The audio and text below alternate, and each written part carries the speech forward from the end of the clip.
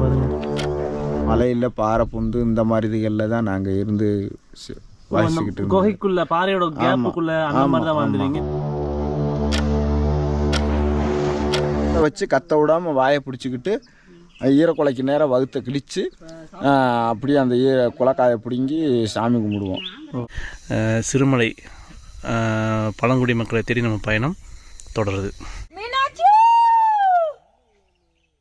Dress இல்லாமல் இந்த மாதிரி இதுகளில் இருப்பாங்க. மாம்பிள்ளை ஆளுகள்லாம் கோமணம் கச்சனை துணியோடு இருப்பாங்க.